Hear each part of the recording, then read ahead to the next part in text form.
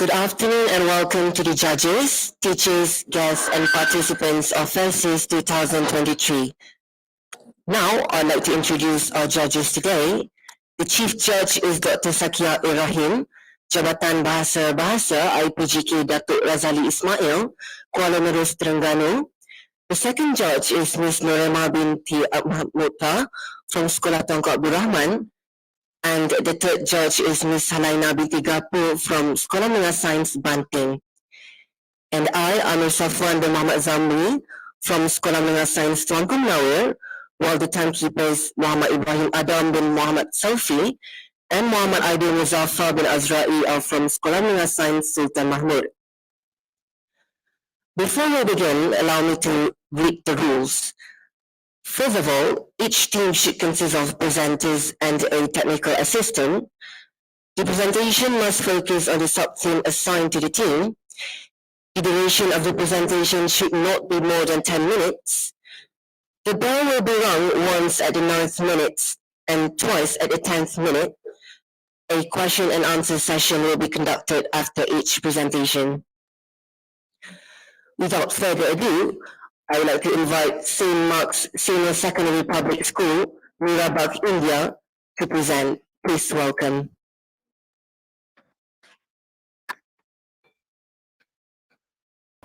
Right, ma'am. We will be presenting shortly.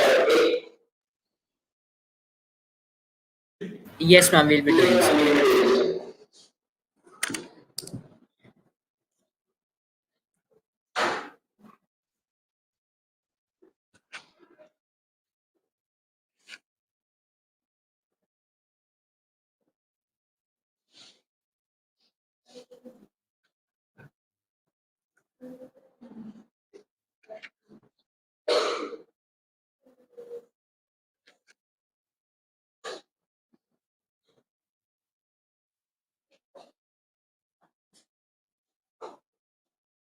Right, ma'am. Is the screen visible?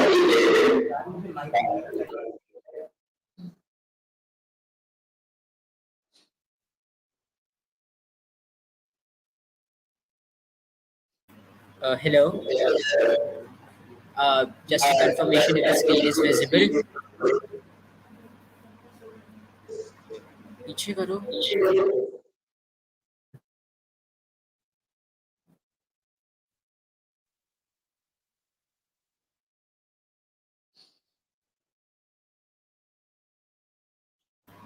Hello everyone, I am Ansh Chadha, Daneet Kaur Dapa, Uditi Goyal, and Dhruv Singhal from St. Mark's Senior Secondary Public School, MEERA, BAGH, New Delhi. Right, beginning with the overview of our very topic, human displacement happens to be a multifaceted issue that consists of various profound social, economical, and political implications.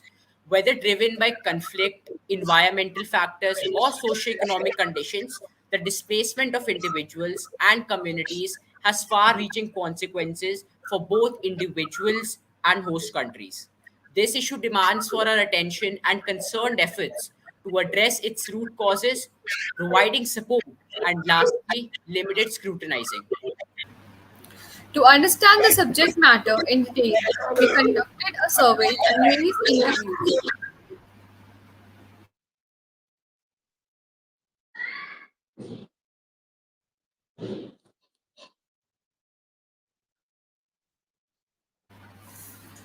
With experts well versed with both the political and economic standpoint of the refugee crisis, we briefly examined the responses filled in by our respondents in the online survey forms. We questioned them about the effect of such a crisis on the mental and economic standpoint of both the host country and an individual.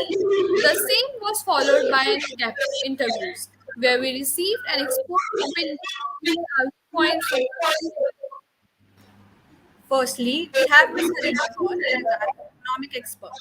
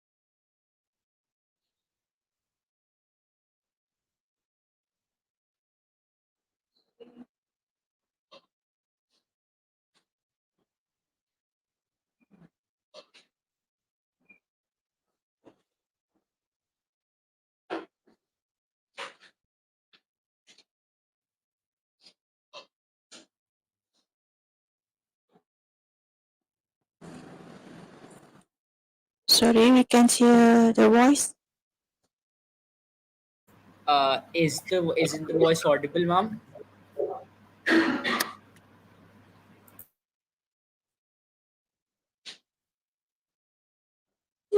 Right, ma'am. We'll be on it right now.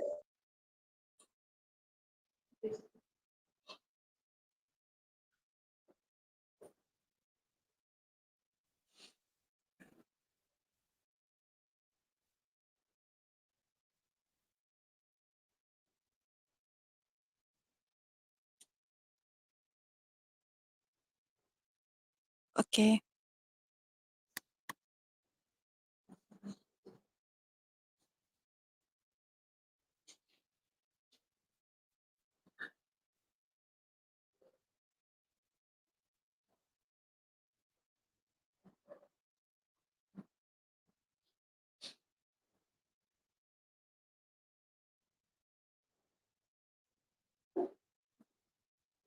Right, ma'am. Ma'am, do we need to start a presentation again, or we continue from where we left off?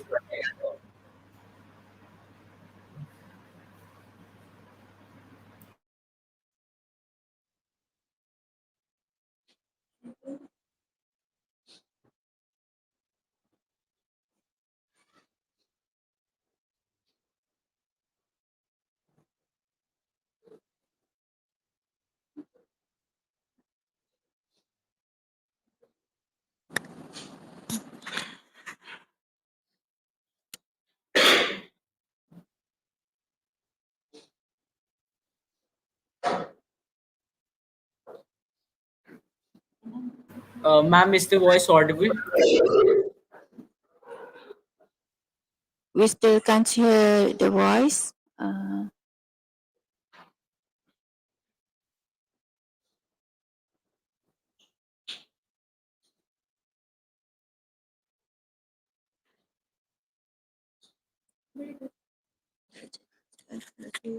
Excuse me, we can't hear your presentation quite clearly. Right, ma'am. I think we are facing a bit of an issue. Ma'am, I think we are facing a bit of an issue. Can we just fix it and come back again after maybe the next presentation?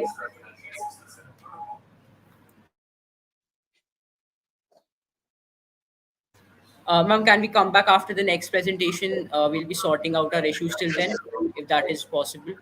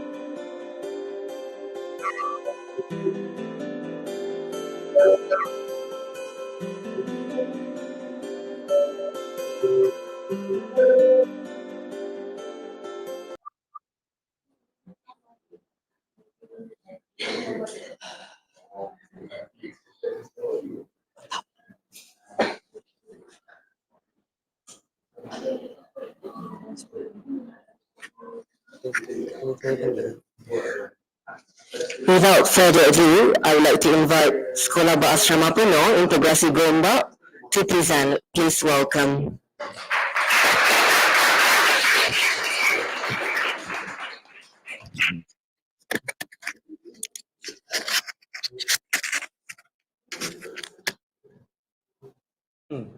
Imagine dragging your own flesh and blood, feeling hopeless and lost, nowhere to turn for help.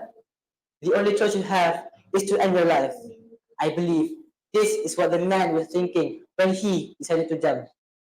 Hello and Assalamualaikum, Adutu, honorable judges, meticulous timekeepers, wise moderator, members of the floor. Today, our team has picked a topic that is both sensitive yet timely. Our topic titled, The Challenges Faced by Displaced Humans, particularly Rohingyas, and the role of social enterprises in mitigating these challenges in the Klang Valley. Therefore, we aim to shed light on the plight of Rohingyas and also possible solutions that we fell into. Before we start, let me introduce you to our team members. The one currently speaking is Iman Akif, and I am accompanied by Aisha. Over there are Haikal and Dini. Without wasting any more time, let us dive into our background study. Ladies and gentlemen, in recent years, the number of refugees in the Klang Valley has seen a drastic increase. It is reported that as of March 2021, there are currently 178,920 refugees and asylum seekers in Malaysia. They face challenges that are both complex and multidimensional. Why are we focusing on the refugee community, particularly the Rohingya community in our research? Well, the country views them as a burden, their needs are overlooked, and they are excluded from the dominant society. Here are some of the most prominent social enterprises that we have encountered during our research. Before we move on, let me ask anybody here, is anybody aware of what social enterprises are? Well, social enterprises are defined as businesses with specific social objectives, in this context, to help rebuild refugees' life. Here are some examples: Al-Ikhlas Hope Society, PKH, Fujilah, and Sahabat. Now, I would like to pass the floor on to Aisha. Now, let me introduce you to the central figure of our research, the refugee in Malaysia. According to data by UNHCR, these are some of the ethnic groups of refugees which are found in Malaysia, including the Chinese, Afghan, and our main topic for today, the Rohingya refugees. Ladies and gentlemen, based on the statistical breakdown, we can see that the number of Yemenis refugees found in the Klang Valley is 2%, Pakistanis 4.2%, and the biggest is highlighted with yellow, as you can see here, is the Rohingya refugees, which take 68.6% overall. Some trivia about Rohingya refugees include that they are an Indo-Aryan ethnic who predominantly follows Islam and reside in the Rakhine State, Myanmar. Unfortunately, to date, they are still considered as stateless groups. Hence, this is why our main title for today focuses on the Rohingya refugees. Next, we have two key problem statements that we wish to explore. First is what are the challenges faced by the Rohingya, and second, how do social enterprises, as mentioned by Iman earlier, help them to overcome these challenges? In parallel, we have two key research objectives that we wish to explore. First, to unravel and identify the key challenges faced by the Rohingya, and second, to explore the role of social enterprises in the Klang Valley. Now, let's hear others' opinion on this topic. First, from Andika bin Wahab, a UKM professor, highlighted that refugee population is highly dependent on local infrastructure for economic benefits. Hence, from here, we deduce that we should provide more economic opportunities to enable full participation of the refugees in the society, simultaneously giving them dignity. Hence, this is where social enterprises comes into the picture. Incidentally, this paper by Davis, 2006, mentioned that refugees suffer from various aspects. Hence, from education to healthcare, we should enable a mechanism that encourages them to live a free life while assimilating local customs and laws. Based on literature review, we opt for a mixed method research which combines both qualitative and quantitative. This is because for us to have a nuanced understanding, we have to be able to dive into the life of refugees. In terms of qualitative, we had the chance to conduct interviews at 2 different venues, which are the refugee campaign that we attended in Kuala Lumpur and also Al-Ikhlas Hope Society. We also got the chance to meet the headmaster of Al-Ikhlas Hope Society, as you can see here, and we got the consent to observe the children of different ages in the classes. In terms of quantitative, we conducted survey in the form of questionnaires and received a good number of responses. Ladies and gentlemen, let's now dive into our topic and understand the challenges faced by the refugees. Based on previous data from our questionnaires, we have identified 6 main challenges. The top 3 are societal challenge, lack of access to education, and difficulty finding employment. We have concluded that the most dominant challenges are societal challenges and lack of access to education and employment. Firstly, societal challenges. Imagine refugees from different countries, different backgrounds, different languages, sitting in the same classroom, learning the same syllabus with a language they have never heard before. Not just in class, this language barrier also happens when they try to socialize with the locals. This hinders their development in soft skills and communication. In one class we visited, we had the chance to interview a 14-year-old Pakistani girl who was placed in a class of 7-year-olds. He was still having difficulties in speaking and adapting. As for racism and prejudice, this happens because of the lack of understanding between the society and the Rohingyas. Oftentimes, refugees have claimed they have been labeled and misjudged as filthy, smelly, and even violent. Secondly, lack of access to quality education and employment. Refugees are not allowed to work as Malaysia has not signed the 1951 Refugee Convention, which prohibits them to work. In actuality, the Rohingyas are considered stateless in our country. Their children are also not allowed to attend government schools, be it primary school, middle school, and even high school. If they have the chance to learn, their classrooms are half the size and houses up to 60 students. Let's now put our focus of attention onto the roles of social enterprises, specifically Al-Ikhlas Hope Society, as we had the chance to visit them. Fellow audience, their main aims are to educate and employ refugees. Their main targets are children and single mothers. As I mentioned before, one of the dominant challenges is lack of access to quality education. This is where the social enterprise comes in. They provide children with basic skills and knowledge such as the Malay and English language, which improve their soft skill. They are also taught science and mathematics. Single mothers are also provided guidance and training on how to sew and craft. This education can end the vicious cycle. Once they are fully trained, they will then be employed by the social enterprise. This is the scene that touched our hearts. This is where single mothers are trained and receive guidance. Imagine a single mother taking care of her children while working at the same time to provide and sustain for the family.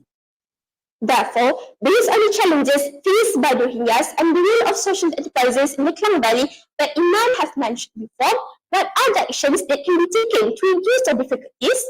First, organize more awareness campaign. This is an example of the campaign that we have attended where we are put into the shoes of the refugees and feel their emotion going through the suffering they have to endure. According to one of the members of Al-Ikhlas Society, a Rohingya child was sent to Malaysia through a human trafficker by the grandmother as she was not able to raise the child by herself. The child even has lost both her parents, and the human trafficker even was paid around 15,000 by the grandmother just to send the child here. Unfortunately, the ship which brought the child was reported sank, causing the death of the child. Imagine you are forced to move to another country, yet you don't even have the chance to live.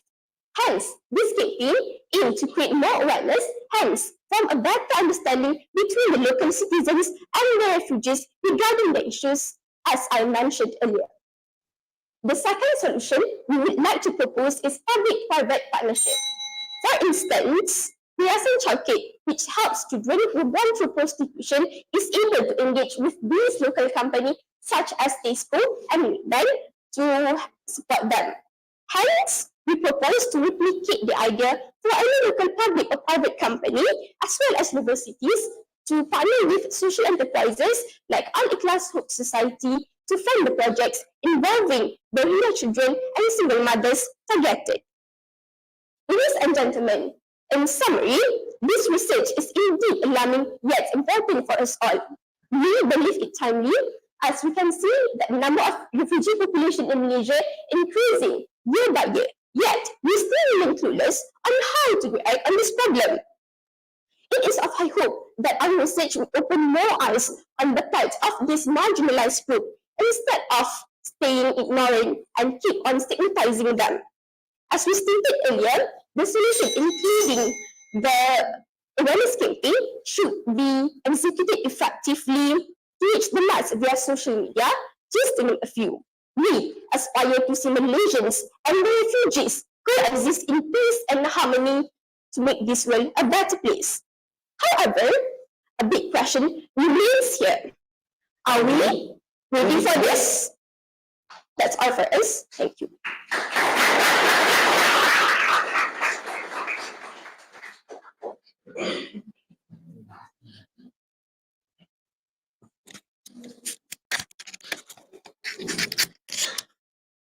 I'd like to invite participants to ask questions.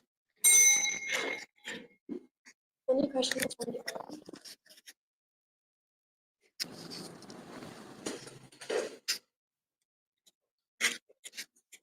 My question is, you mentioned about vicious cycle earlier. So what do you mean by vicious cycle?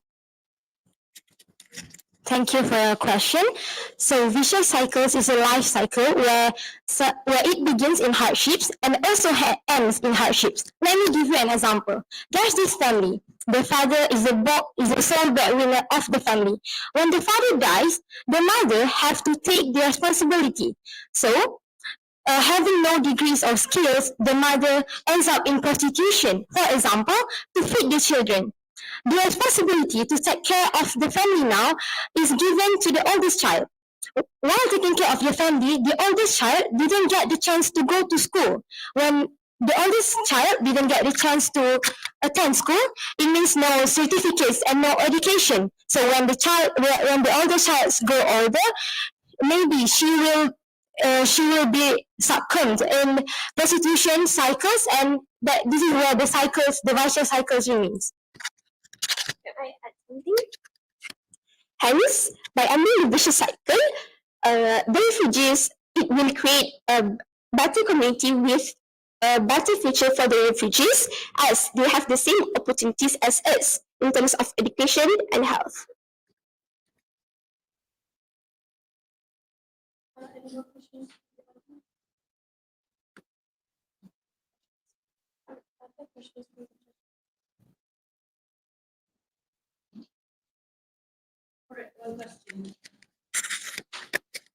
Yeah. Now, given, you mentioned this now that DP should be given equal right? Immigrants should be given equal right, equal freedom, equal opportunity in education, and so on. Why do you think that they should be granted all this equal opportunity and so on, as compared as in the case of all of us?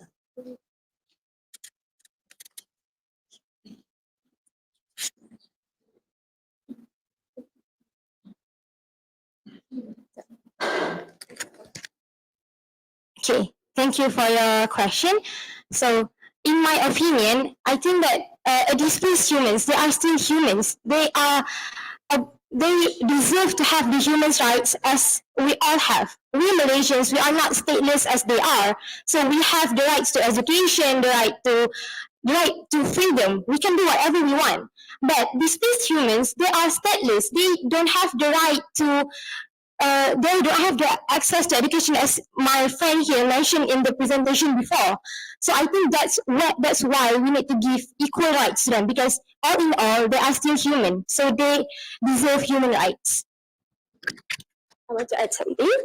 On top of that, we can serve them as a humanitarian work, as they also have the same rights as us. Yes, it is. We want the world to be a better place in peace and harmony without any war or political wars that can affect our life.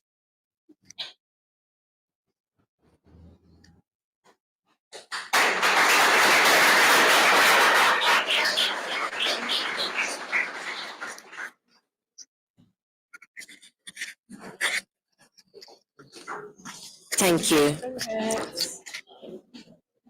Now, I would like to invite the third trim, IGC-THAI Dong School, Vietnam, to present. Please welcome.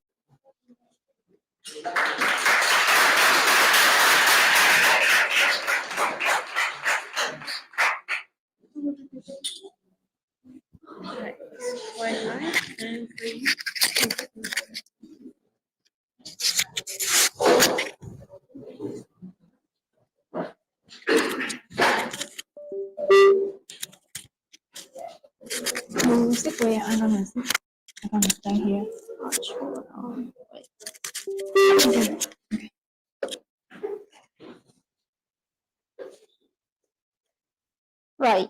Hello, everyone, and we're standing here representing Team IGC to talk about turning displacement into an adventure, understanding the plight of factory workers in Vietnam. So, the consequences of the economic recession from late 2022 to 2023 deeply affect our society. When everyone looks forward to a revival of the economy after the COVID-19 pandemic, things are going in the opposite direction. Although this is a temporary problem, it can still substantially affect the society. It can be seen most clearly in the wave of layoffs in technology companies, attracting everyone's attention. But what fewer people noticed was the mass layoff of factory workers. The well-being of these thousands of people is being seriously threatened. If this problem is not resolved soon, the stability of the economy and society will also be threatened. Several businesses have responded to the COVID-19 crisis by downsizing and laying off personnel or sending many workers to the part-time status by the decade in 2020. Displacement has been considered a global issue in the past decades. By the close of 2022, 58% of forcibly displaced individuals remain within their own countries. The occurrence of new internal displacement increased significantly, with 28 million new displacement attributed to conflict and violence during that year. Technological advancement in recent decades has also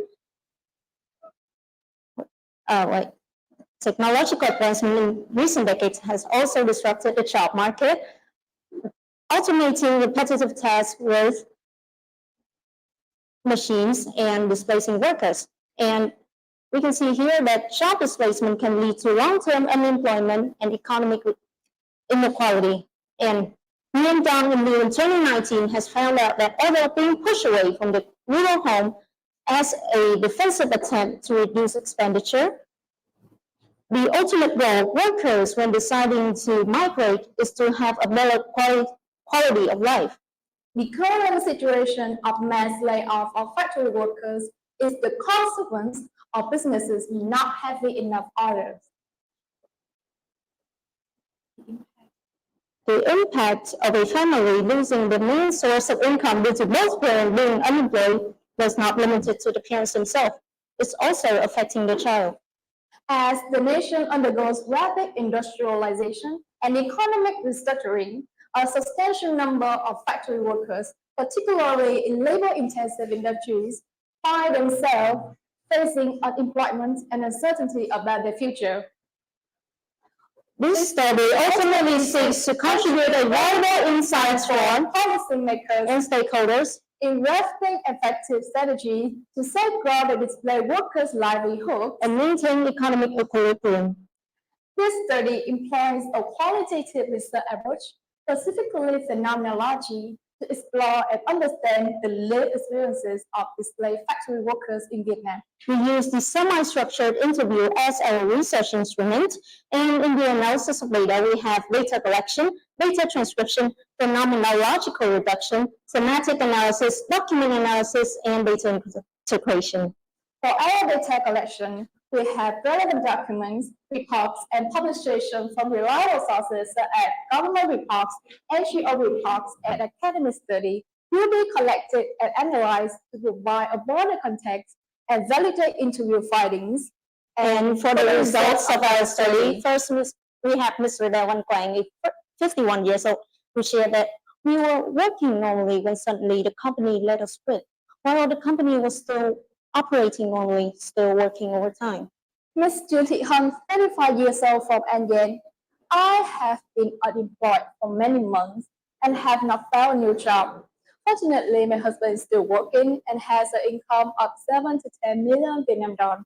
The whole family of 4 lives on this income. Mr. Chen Văn Tiến is 36 years old from Sóc Trăng, who shared that we barely exist here, and when we return home, we have no job or income. I don't have enough money to feed my children, and I don't have enough money to pay for the schooling. Ms. Nguyễn Thị Hạnh, a worker working in Yến Phong Industrial Park, I'm mostly the breadwinner, and then I heard the news that the company was about to quit, so I was depressed because I was getting used to it. Everyone excited about the high salary, but suddenly it's like that. No one wants to. Ms. Nguyễn Thị Thu, currently, not many companies are recruiting, so it's difficult for me to find a job. With the salary here, it is not enough for me to pay for stuff. Ms. Nguyễn Thị Kim Loan, now I don't have anything to do, and if I have money, my husband and children work enough to make a living, and that also has to be taken care of. The real-life stories of displaced factory workers in Vietnam paint a stark picture of the challenges they face. The experiences shared by individuals highlight the profound impact of job displacement on both the workers and their families. However, no amount of resume polishing will be able to help individuals without modest skills or no education beyond high school. Those who have their employment automated away find their next position. The complex issues facing the Vietnamese labor market calls for contemporary solutions, and this is where we start. Our proposal is entitled Adventure, providing opportunities for skill development. As a consultancy company, we aim to have businesses mitigate risk so that their workforces are sustainable and that traumatic catastrophe don't occur. The 3 pillars, upskilling, reskilling, and outskilling, serve as a proposal foundation for our study. Upskilling is the process of providing workers with more advanced skills that will allow the worker to advance in their current division and maximize their potential. Reskilling refers to the procedure of equipping employees with hard skills relating to other divisions. Outskilling is a method created to give at-risk employees the knowledge and assistance they need to land high-growth employment that provides a living salary. In conclusion, the stories of displaced factory workers in Vietnam underscore the urgency of addressing the plight of this vulnerable group. The suddenness of job loss, financial struggle, and emotional toll on individuals and their family highlight the need for comprehensive support systems. This research has shed light on the lived experiences of displaced workers, offering valuable insight into the challenges they face. By offering targeted assistance and understanding, Vietnam can navigate the challenges of displacement while working toward a more inclusive and resilient economy for all its citizens. Thank you. Cảm ơn.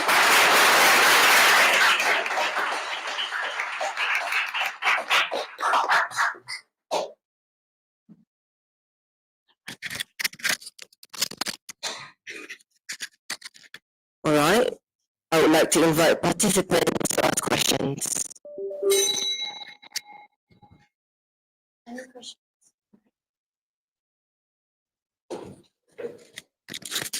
Good evening. My name is Ash. I'm from Sekolah Science TUANKU Aisyah. Just wondering about the presentation just now.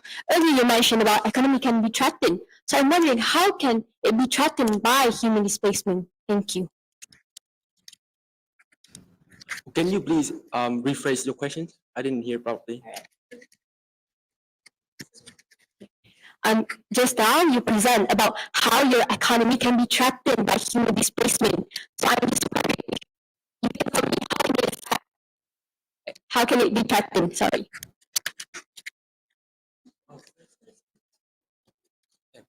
Thank you for your pressing questions. This is the kind of question that we have been trying to ponder and answer throughout the last few months.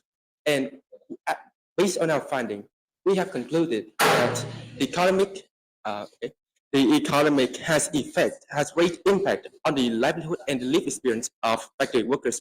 And in turn, the factory workers have impact on the economy as well. So the major GDP of our country is manufacturing, and our major workforce is the factory workers. And now that they're being laid off, now they are being internally displaced into other provinces.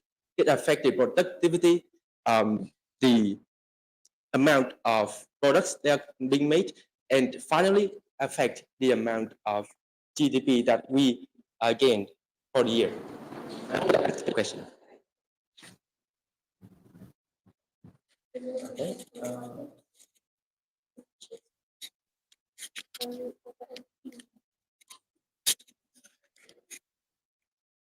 All right.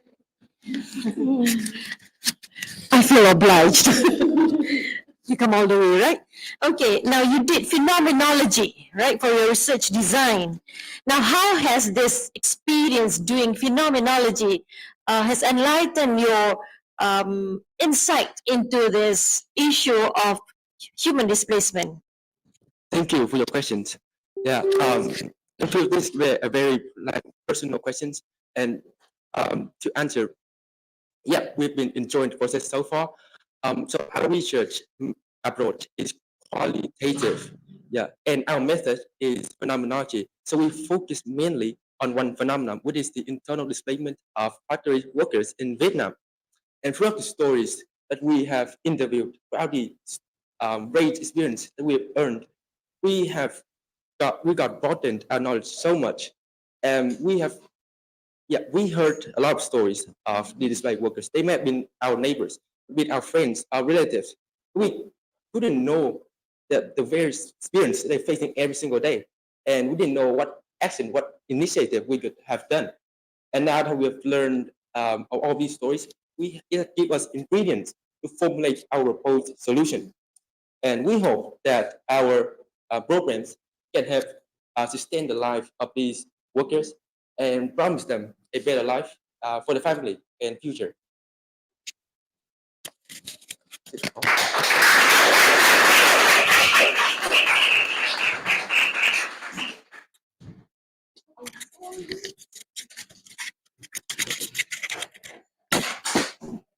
Thank you. Without further ado, I would like to invite Sekolah Menengah Sains Sultan Iskandar to present. Please welcome.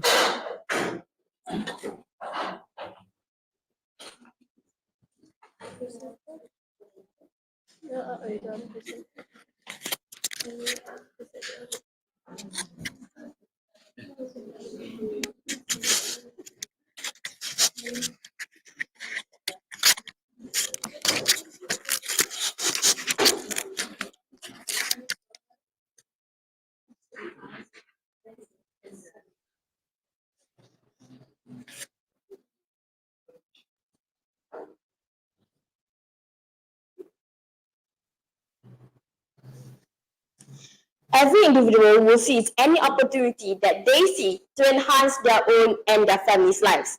Just like any other individuals, immigrants take advantage of the chance to work in Malaysia to improve their own lives. Bismillahirrahmanirrahim. Assalamualaikum warahmatullahi wabarakatuh. And a very pleasant afternoon, I bid our honorable judges accurate timekeeper, our dear moderator, and my fellow audiences. My name is Muhammad Mikail bin Fauzi. And my name is Halimatul Saadia binti Muhammad Kushairi, and we are from Sekolah Menengah Sains Sultan Iskandar. The reason we are standing here today is to share with you the research that our team had done on the topic of ripple effect of human displacement, where we would like to talk about refugees working right. So as you can see, ladies and gentlemen, these are the list of Sustainable Development Goals, or known as SDG. Our research contained SDG15, which is peace, justice, and strong institutions. In today's presentation slide, we will talk about the background of our research, introduction, objective, methodology, followed by problem statement, findings, implementation, and lastly, the conclusion of our research. Now, forced displacement refers to the involuntary movement of people away from their home or region. The late 19th century saw wars and colonialism, forcing many citizens to flee their home. The early 20th century saw the emergence of the global modern refugees, with events such as World War I, the Russian Revolution, and their mixing of Greece and Turkey, causing millions to flee their home. These displacements affects politics, social rights, economics, and humanisms. Okay, so who are they and why are they here? To answer those questions, an immigrant is a person living in a country other than that his or her birth. About 3.4% of the global population, 258 million from the world's 7.7 billion people in the world, are international migrants, a share that has increased slightly over the past couple decades.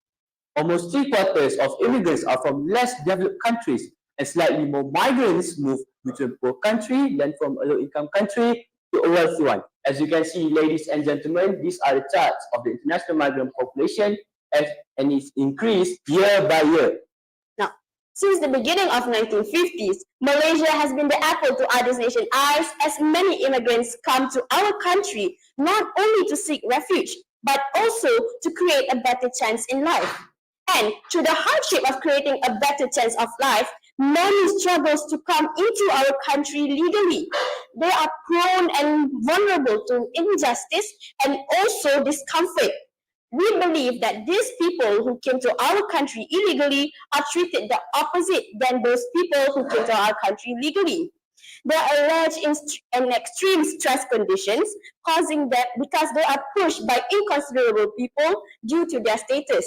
So, we from Sekolah Menengah Sains Sultan Iskandar are here to seek whether these refugees, if they are given the rights to work in our country, would they lead a better life? And also, will the Malaysian economy have an impact in the long run? So, for our research, we have 3 objectives. Number 1, what are the effects of granting the refugees the rights to work in Malaysia? Number 2, are they tight on money? And last but not least, number 3, did they improve their quality of life?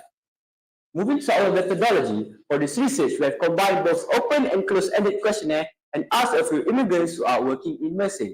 We also did a literature review from trusted sources to obtain information. Moving to our problem statement. Our first problem statement is, what will happen if we grant the refugees right to work in Malaysia? Would it benefit us economically, or will it be bad for us?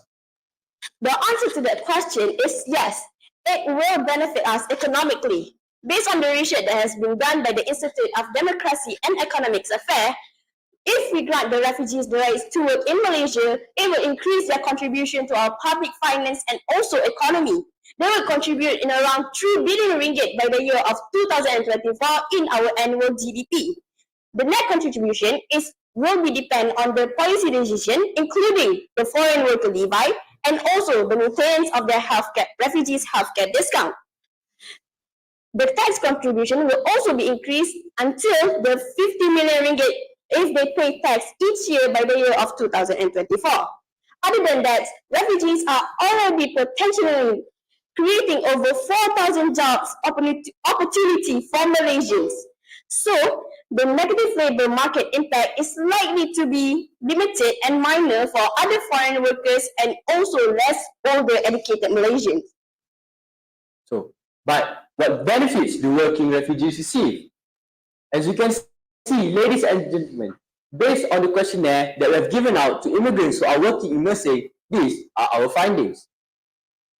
So, on the chart, as you can see here, most immigrants who are immersing are from Indonesia with 46%, followed by Pakistan, 28%, and lastly from Bangladesh and Thailand, which is 13% each. As my friend had already said in the beginning of our presentation, immigrants will take advantage of the chance to work in Malaysia to enhance their own life. That's why, ladies and gentlemen, we can see most of the immigrants who are working in Malaysia work in business sector, food sector, and followed by manual labor, and lastly, the sanitation sector. We also realized that 71% of immigrants who are working in Malaysia have families to support, while the rest 29% only need support for themselves. We also asked the immigrants of how much paycheck that they receive. As you can see, 63% of them receive paycheck around 1,400 ringgit to 1,900 ringgit. The next 35% receive paycheck around 1,000 ringgit to 1,300 ringgit, while the rest receive below 100 ringgit. By working in Malaysia, the majority of foreign employees have improved the quality of life for both themselves and their families. So, as you can see in the previous chart, we could see that this already answered our third question in our objective, which is, did they improve their quality of life? And the answer is yes. However, members of the floor, multiple difficulties are faced by these foreign workers. Based on the previous chart, we could see that 4% of foreign workers who are working in nursing receive paychecks below 100 ringgit per month. So in Malaysia, there are still a small percentage of foreign workers that does not have enough money to sustain for themselves and also their families. Why does this happen? After a few asking around of these immigrants, we could realize that most of those 4% foreign workers are earning a living through business in Malaysia. And one major issue for foreigners who earns living through business they lack of a strategic and permanent location for their business. Other than that, language barriers are frequently the biggest obstacle for foreign workers to communicate with locals, especially with employers and co-workers. However, ladies and gentlemen, we already have a suggestion of solutions on how we can overcome these issues. Number one, we can create a non-governmental organization staff to assist foreign workers who earn livings through business in Malaysia to assist these foreigners in locating strategic business locations. Number two, the government can assist these folks who are experiencing financial crisis by placing them in employment that are compatible with their skill sets. Everybody has a distinctive skills, and those skills shouldn't be underutilized.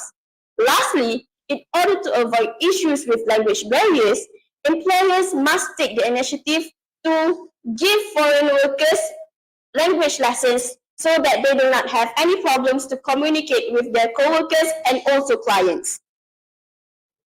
Moving to our conclusion, in our conclusion, we can conclude that by giving refugees the legal right to work in Malaysia will benefit us economically, and lastly, by giving refugees the rights to work in our country, it will help them improve their qualities of life and also their family's life. With that being said, that is the end of our presentation. Thank you and Assalamualaikum warahmatullahi wabarakatuh. Any questions?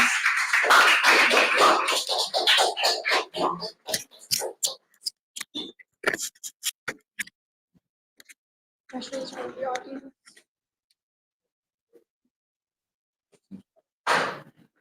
Okay, my first question. These refugees, are they the taxpayer for our country? I just want to know your opinion. All right.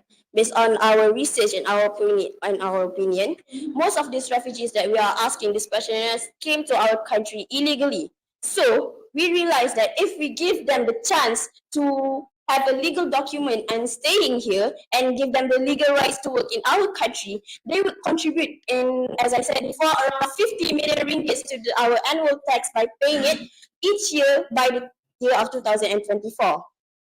Does that answer your questions? The second one. I said we offer them to learn our language. So how do they do the NGOs? And then with these NGOs, where they get money to help these refugees? Okay, now based on the previous presentation that was given by the INTERGOMB school, we can see that there are many NGOs who are giving opportunities to refugees to have a quality education. So, actually, in learning our language, we do not need extra money for them to learn our language. We can simply teach them by giving them simple lessons on basics sentences such as how to say thank you, how to ask for their names. And we are living in the 21st century, so there are many online classes, there are many YouTube videos that can help refugees to learn our language.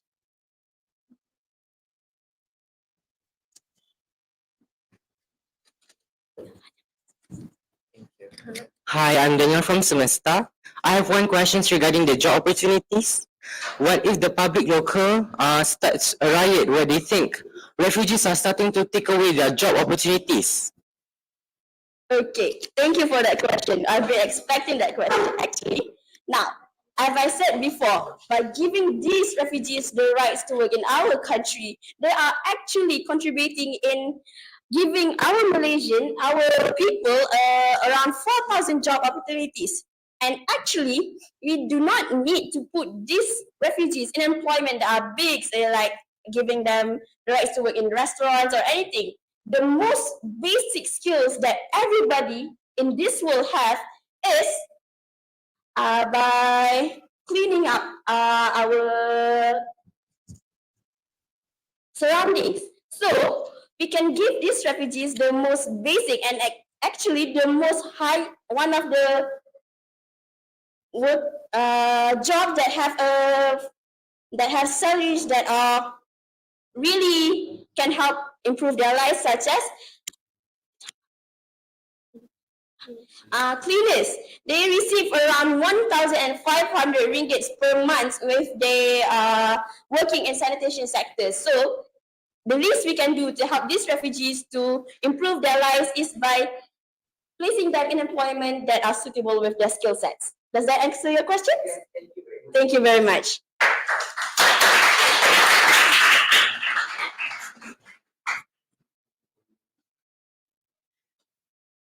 Thank you. Without further delay, let's hear from the fifth team from Sekolah Menengah Sains Tuanku JAAFAR. Please welcome.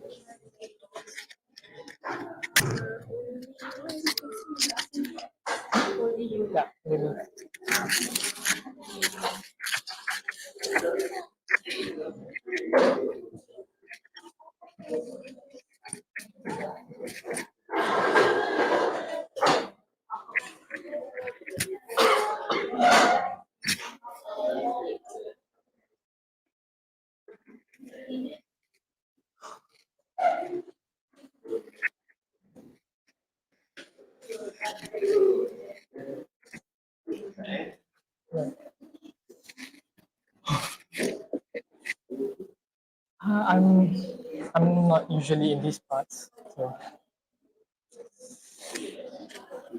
yeah.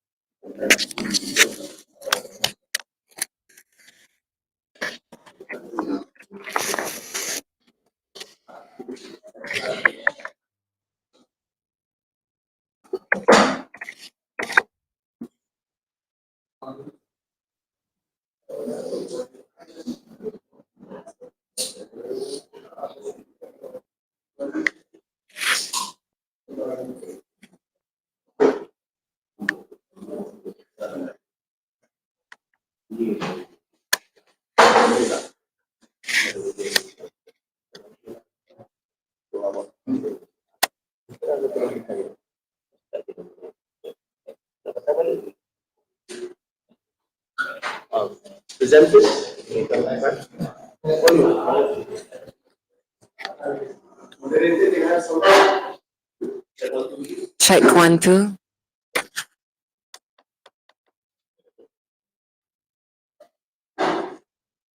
Now let's hear from the 15th Sekolah Menengah Sains Tuanku JAAFAR. Please welcome.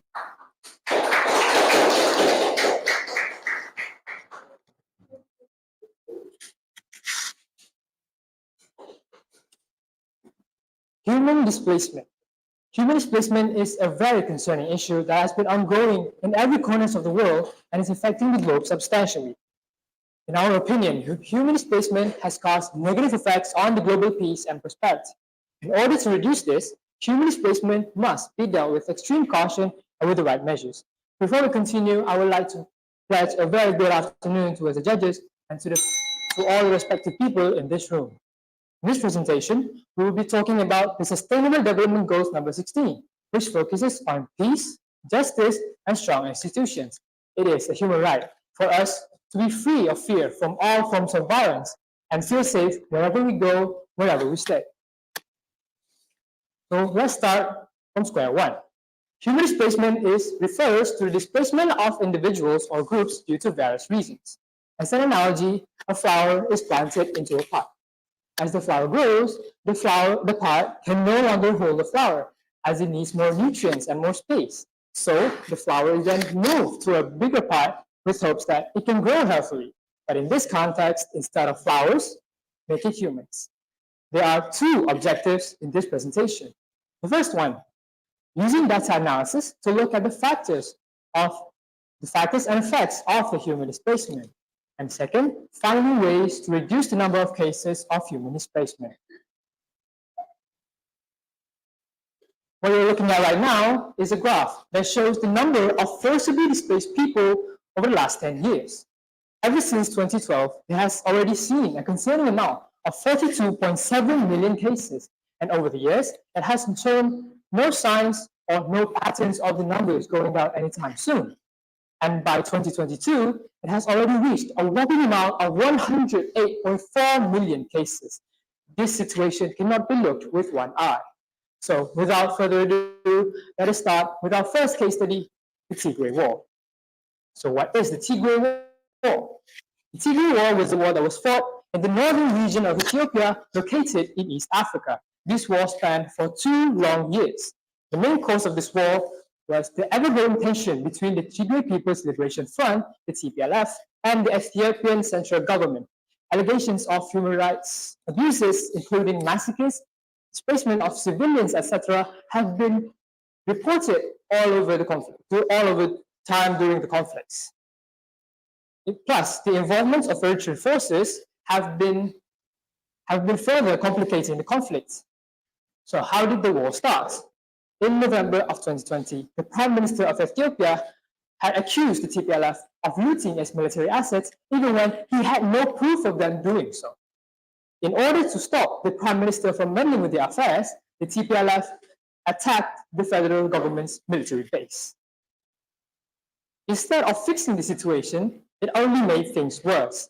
And in June of 2022, the war reached its climax, when gunmen in Oromia has killed about 340 civilians in one of the deadliest attacks on civilians in Ethiopia, affecting the local peace at a national level. The war reached its end when the federal government and the Tigray regional forces signed a peace treaty in November of 2022. The war was resolved when they realized that thousands were killed, millions were displaced, and many others facing famine. The war may have ended now, but the conflict does not end there. In August of 2023, the fighting breaks out between the military and the local Fano militiamen in Amhara, quickly becoming Ethiopia's most serious security crisis since the end of the Tigray War due to its massive area of effect. So what is the aftermath of this tragedy? In the economic aspect, in late of November 2022, the cost of rebuilding infrastructure was estimated to be around $20 billion. The cost of rebuilding healthcare facilities alone has drained $1.4 billion. During the events of the war, some Tigrayans seek refuge in Sudan, only to find themselves victimized again upon arrival. Many had testified to being kidnapped, tortured, even transported to warehouses in Libya. Due to poor living conditions, many had died a slow death. Even after the events of the war, the Eritrea continued the occupations of attacking the Tigrayans near the Eritrea borders. The Eritrea Defense Forces, or the EDF, has been responsible for the deaths of thousands of people in northern Ethiopia since November 2022. Now let us move on to our second case study, Myanmar coup d'etat. Well, Myanmar is not unfamiliar with coup d'etats and have been doing so for the last few decades. Even so, in 2021, the case was a bit different. The federal government was the military. Therefore, the coup was of too high risk and the safety of the people were not guaranteed. Due to that fact, the United Nations Security Council, UNSC, published a presidential statement which further urged all parties of the nation to cooperate with mediation efforts introduced by the ASEAN Association of Southeast Asian Nations, which is called the 5-Point Consensus 5PC. And then, after the coup, the Japanese and Taiwanese expatriates were urged by their respective governments to be evacuated as soon as possible. So what was the aftermath of this Myanmar coup? Well, in the aspect of economy, the overall instability of the nation has resulted in foreign investments to decline. Businesses face disruptions. Myanmar kyat currency was depreciated, even inflation, including unemployment. There were also major humanitarian crises that had occurred in Myanmar.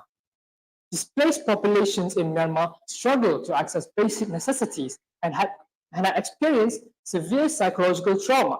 Many displaced people in Myanmar also do not have legal status or official documentation, resulting in their human rights to be completely stripped away. So, furthermore, the international community has given their response. They have condemned the coup and imposed sanctions on the military leaders responsible for the coup. Even diplomatic efforts were executed. However, there were too limited consensus on how to effectively address the situation, resulting in the failure of immediate cessation of the conflict and violence. So now we have reached the main part of the presentation, the overall effects of human displacement. Well, economically, human displacement, due to whatever reasons, often results in lost livelihoods, increased job competition, market disruptions, strains in social services and infrastructure.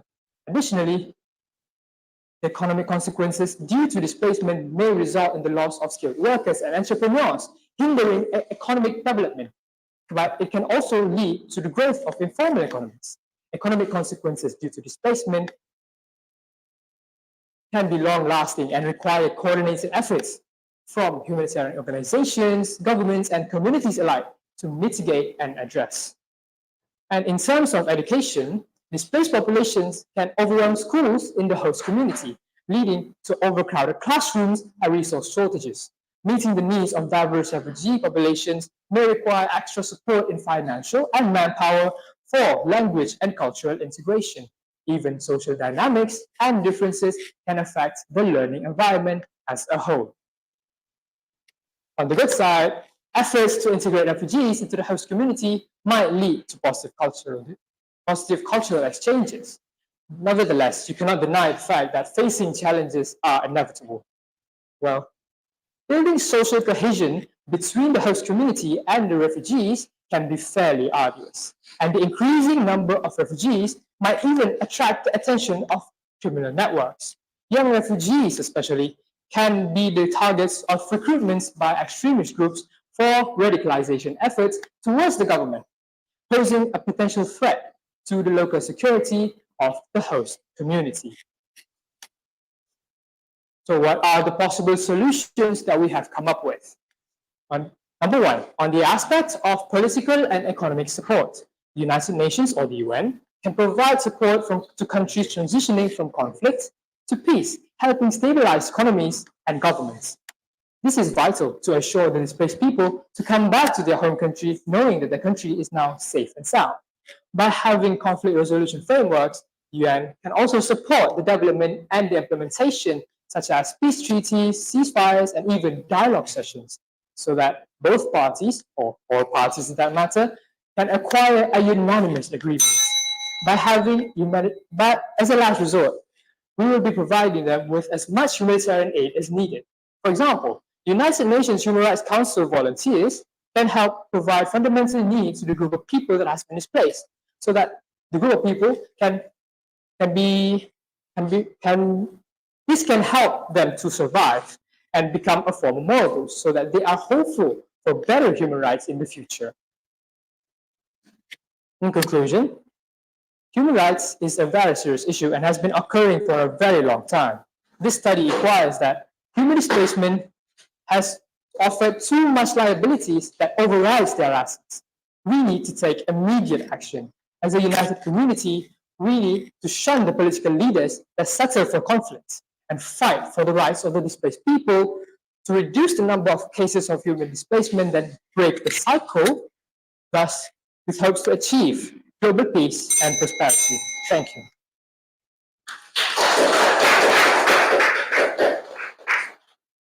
Thank you. Now I would like to invite participants to ask questions.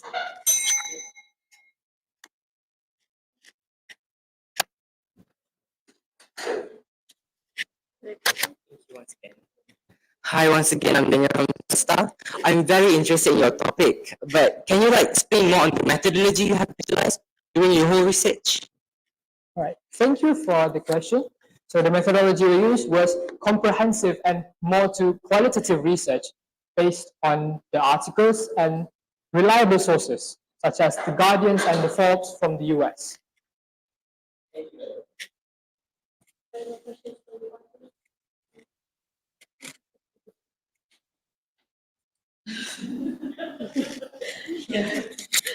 Okay. I would like to relate my question to assessed Daniel just now. Yeah, regarding the methodology. Why is it that you have this, your team has decided to embark on this journey, doing this research, employing this research methodology? Yeah, well, generally we actually have lack of time because of, well, schedule problems. But all in all, it was just a way to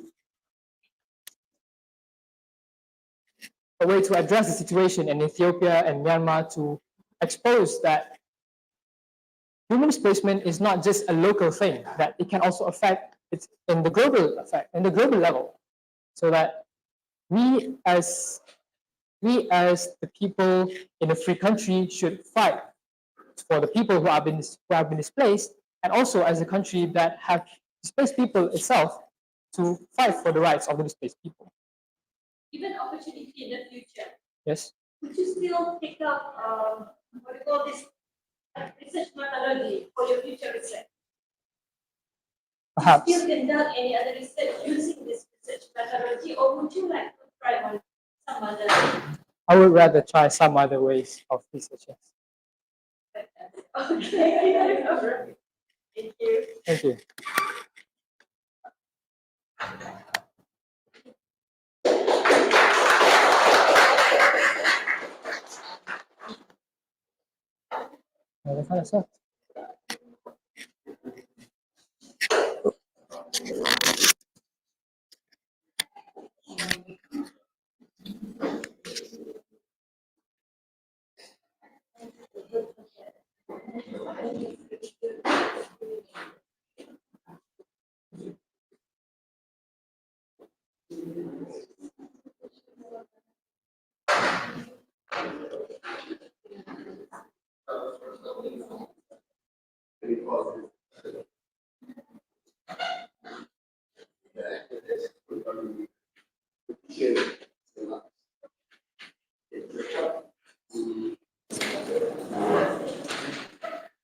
Hello there, Mr. Sahil.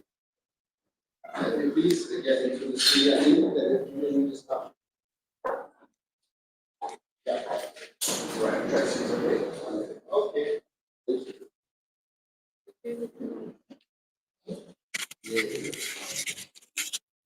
Duplicate display. Buka je sebenarnya. Ini dah masuk. In the meantime, can I have like instrumental background here? Ini sangat lah.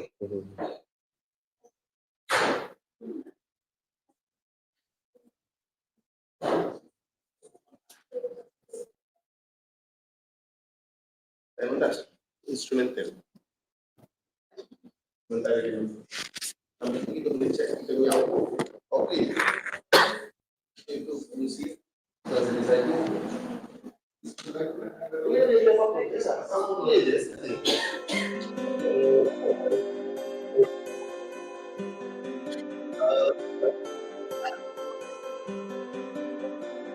One two cuma suara okay.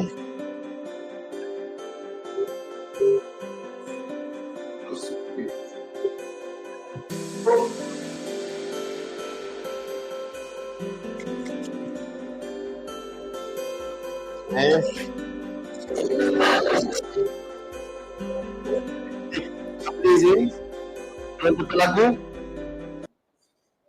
Hello there. Hi UDT. Hello. I understand that you are controlling your laptop for this session. Am I correct? Yes, sir. Right. If you please share your screen now. Hello, Ansh. Good to see Right, you. sir. The presenter is joining. Right.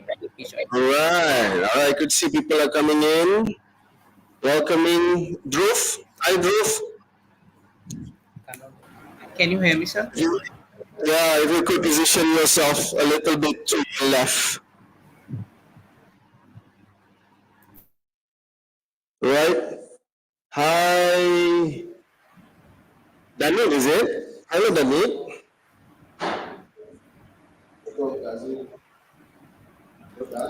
Hello. Right, sir. Can we start, please?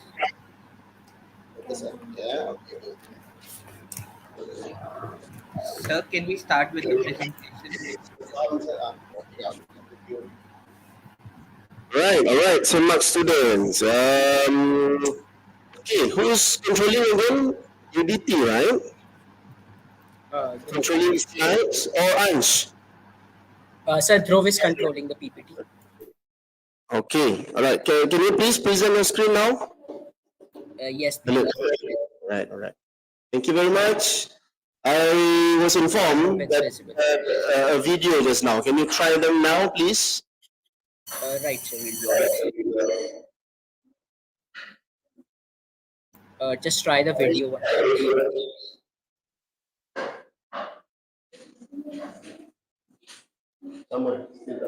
Sir, is the audio there? It's not audible on my side. Okay, if you could, I'm just running through again. Okay, can you stop sharing your screen now? Right, if you could, just go again, present your screen, entire screen, and check the box share system audio.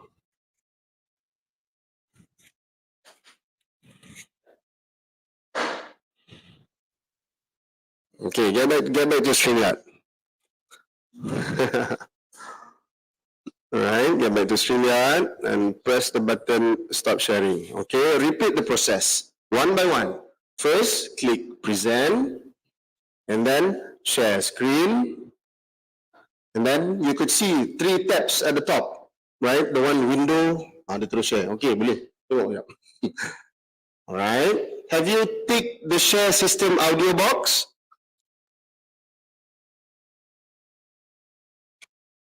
I need a response. Have you ticked the share system audio box?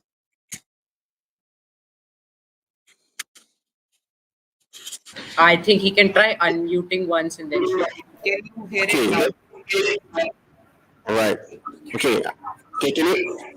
Yes, I can now hear it. You can hear it now. The audio. Yes. Can I listen to it again from the beginning? And in full screen mode, please. 1951, refugees became a protected class of people. The 1951 Convention granted asylum and conflict rights to those who were as refugees. For the first time, this. You are able to hear it now, right? Right, all right. Ansh, sorry to take your time. Can you just try open new tab from your browser? Open new tab from your browser and go to youtube.com. Go to youtube.com.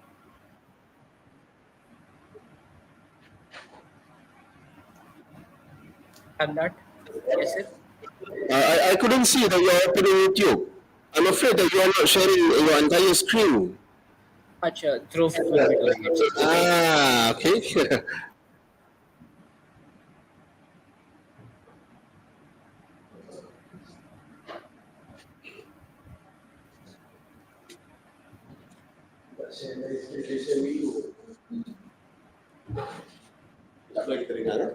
Ya, kita cuba dulu ya. Alright, Ansh. I believe. Right. Are we? All right. We need to turn on YouTube, right? If you could try, because I cannot see that you are opening another tab in your browser, right? Because yeah, that. Okay, clean and that. Go to youtube.com. Open any audio, any song, maybe your favorite song, Metallica, Scorpion, or some kind, or Bohemian Rhapsody from Queens. Right? Yeah. Yes, please. If you could play that to us.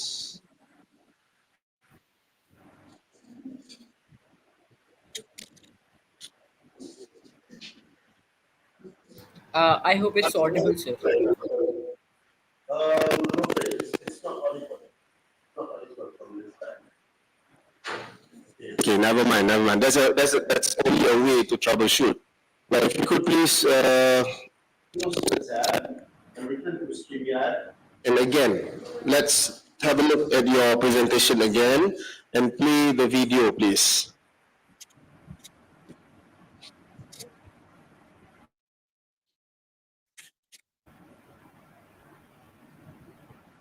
I have another idea. I can video call with your teacher so that I could see what you are clicking. Sir, I think when you play YouTube and StreamYard simultaneously, the voice won't be audible. I see. All right, never mind. Okay, why don't we listen again, your video, please? Right, Ansh, you are audible, all good to go. Again, Ansh, you are audible. All students, stand by for the full presentation. Remember, position yourself, right? Do not rush things. Take your time, and good luck. Okay? Bye. Thank you very much. Moderator. Without further ado, I would like to invite St. Mark's Senior Secondary Public School, BAGH, India to present. Hello everyone,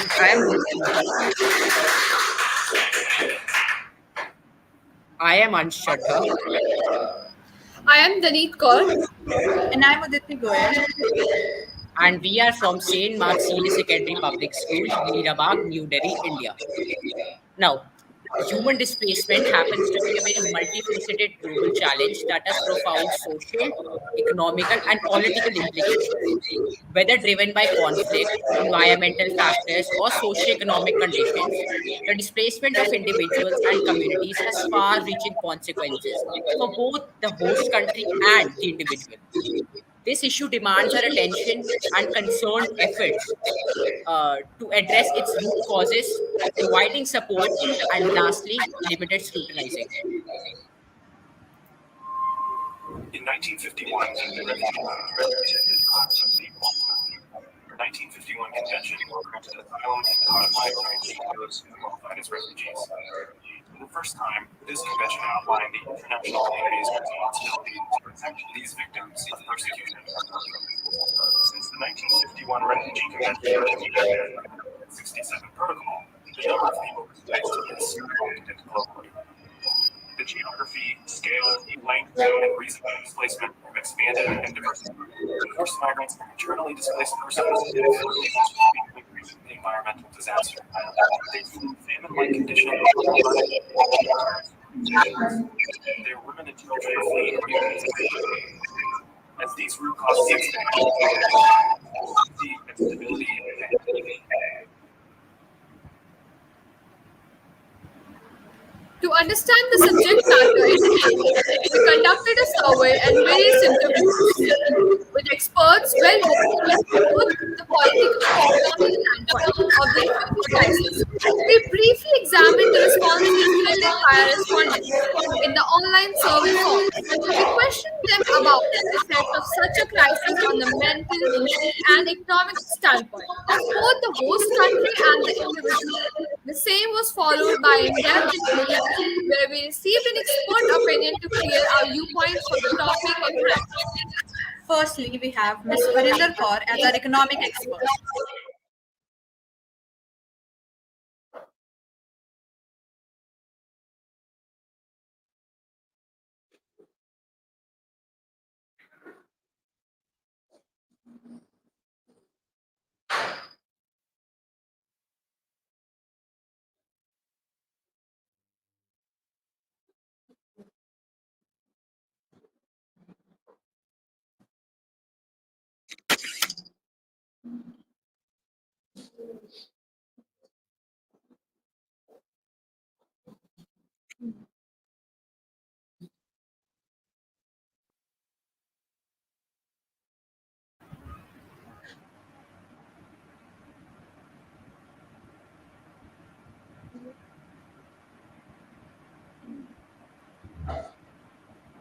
So, ma'am, in your opinion, the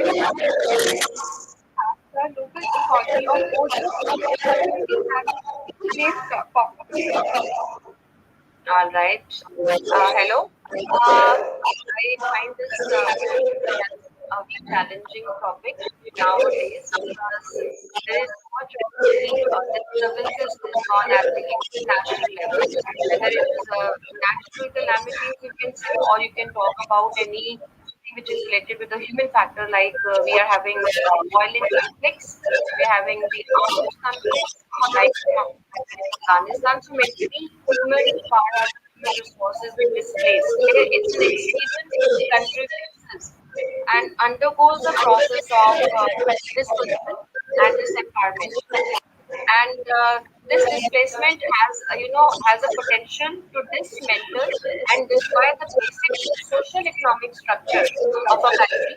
Like I can say that the productive system is destroyed, the assets and the incomes of the population that get also destroyed or they just loses that. And most important thing which I just wanted to highlight on that is the people they get relocated into the country where their inherent skills and their capabilities become less impact on the host community or the host country, and it is going to be the mix. There can be economic gain, there can be economic loss also. If I say this is right, what is economic gain? Economic gain would be that this particular country is going to get more people, more human resource, and they can turn into them into the future entrepreneurs, the suppliers, the manufacturers, producers, and that will generate in the long run a good amount of national income for the country. But at the same time, we can see the other side. The host country might take this as a population shock because the inflow of this population definitely is going to put pressure on their geographical area. And that will lead to a series of many other issues or challenges. And the most affected will be the very basic class, like the women, the workers from the informal sector. They can be, I can say, the unskilled labor, because they're going to face an increased competition. And in a way, the host country definitely is going to face a bigger problem in the form of lesser employment opportunities, or whatever the employment opportunities will be there, that will be distributed among a big population then. Okay, so a topic that revises the points in the above interview very well happens to be the war of Ukraine. Many displaced individuals left major industrial centers, leading to labor shortages in some sectors. This disrupted production and contributed to economic challenges. The conflict contributed to inflationary pressures as disruptions to internal supply chains and economic activities led to rising prices for goods and services.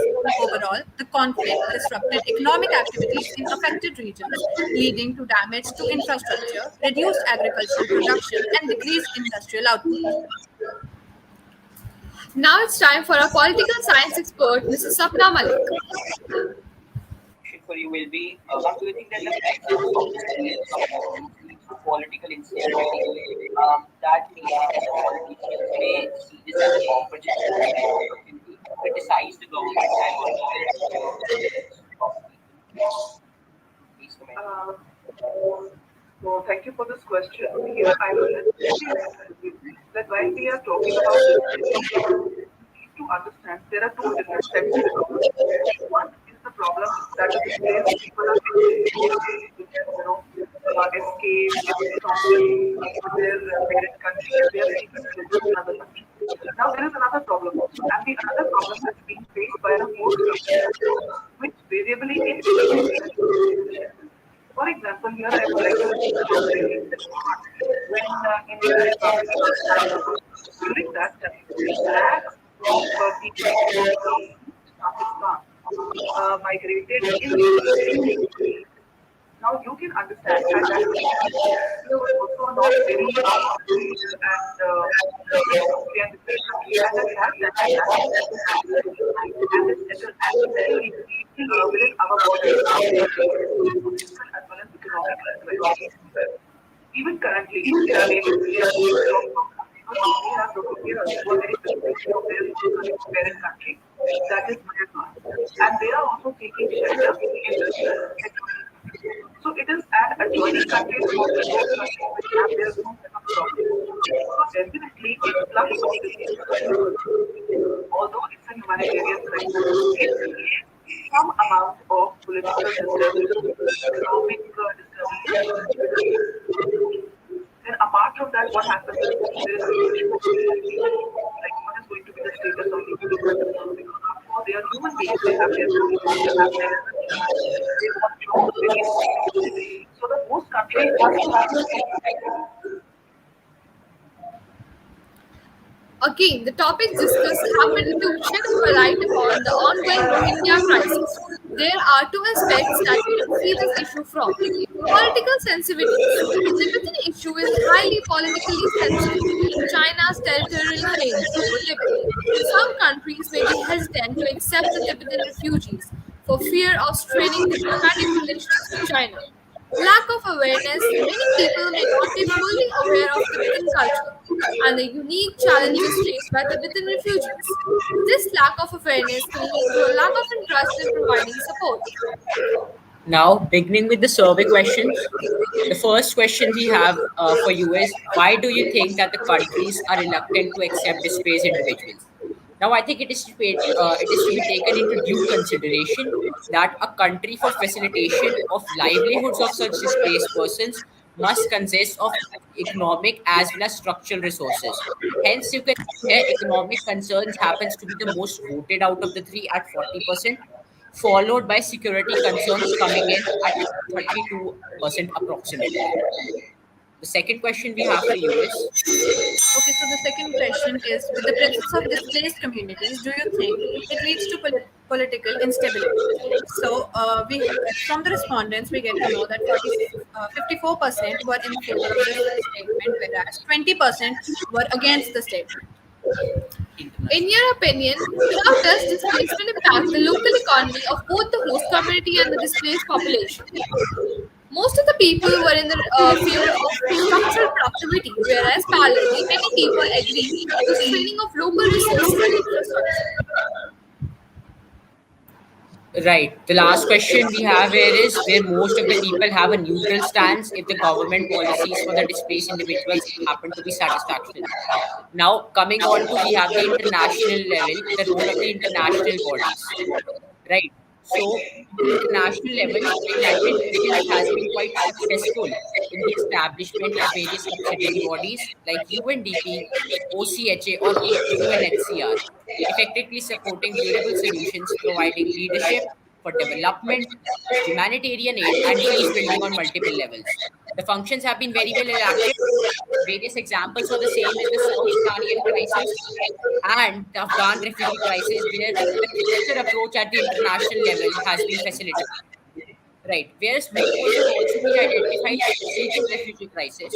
Firstly, excessive international scrutiny has led to the lack of solutions for this very problem, and international sanctions against the protected radical measures has also facilitated the lack of growth in the Syrian region. Now, continuing with the solutions, the major solutions we have here is for you is the investing in border organizations.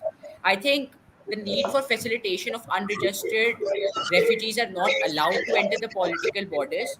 Hence, these play an important role, such as Doctors Without Borders. Right. The next major important solution we have here is provision of tablets, phones, and laptops happens to be a necessity, where whether it is for the communication or facilitating online educations and employment opportunities for the people. The next solutions we have here is, as discussed earlier about the Rohingya crisis, arrangement of local cultural integration.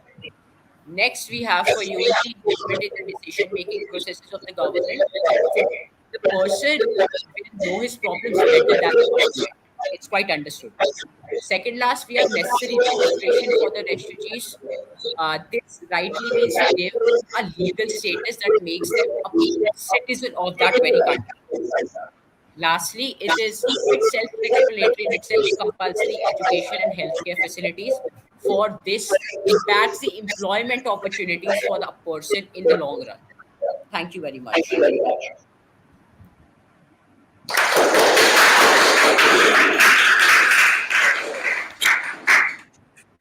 Thank you. Now I would like to invite participants to ask questions.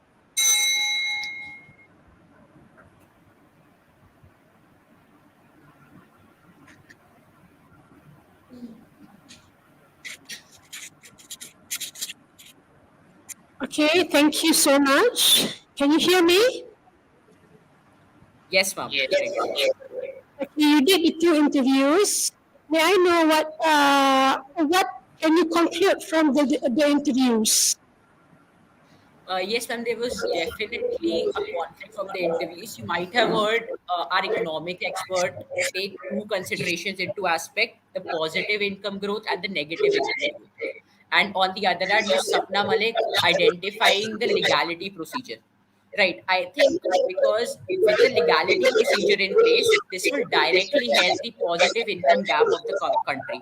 Because if a person is not legally entitled to a country, he may not be able to take the employment opportunities, which on a national level happens to be really significant in a company's growth and a country's growth overall. Right. Thank you very much. Next question. Hello. Right. Audible. Okay. My question. You said one of in your slide. You said we need to register the refugee. How to do that? Ma'am, so there are a few legal processes. for a refugee to be registered as a particular citizen of a person, right? So, for example, in India, we have that to be a citizen of India, you have to stay for at least 182 days, which may not be continuously, right? But today in the world, we see that most of them are not even admitted in the borders. Right. So here we need the United Nations and the international bodies to step in for the facilitation of livelihood in the countries that will make them eventually legally entitled for a citizen aspect of a country. That's about it. The answer. Okay, thank you. All the best. You really know what you are talking about. I'm so sorry. Can you please repeat? Actually, it's a bit inaudible. Can you please repeat? Okay, I say thank you. Right. Thank ma'am. you. Thank you very much. Okay, all the best. You really did the reading. You know what you are talking about. Okay, good luck. Right, ma'am. Thank you very much.